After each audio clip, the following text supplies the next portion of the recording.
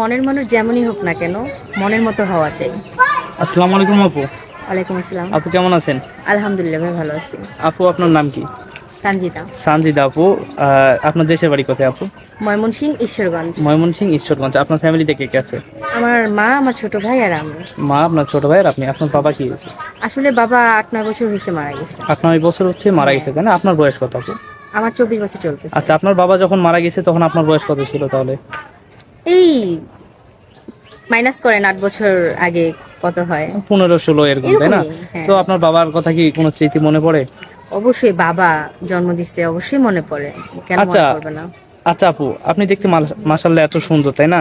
প্রেম কয়টা করছেন জীবনে? ভাই বহুত করছি। বহুত করছেন।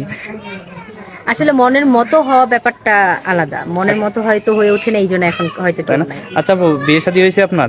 না, বিয়ে শাদী হয় না, তাই না? আচ্ছা, প্রেম করছেন, বিয়ে হয় নাই।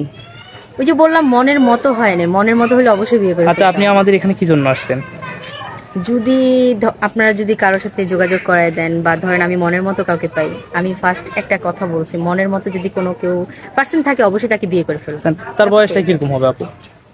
বয়সটা ডাজেন্ট ম্যাটার, আমি এটা করি না, তার মনটা ভালো হতে হবে। তার বয়সটা কোনো বিষয় না। তার বয়স যদি 35-40 হয় কোনো সমস্যা নেই তাহলে আপনার, তাই না?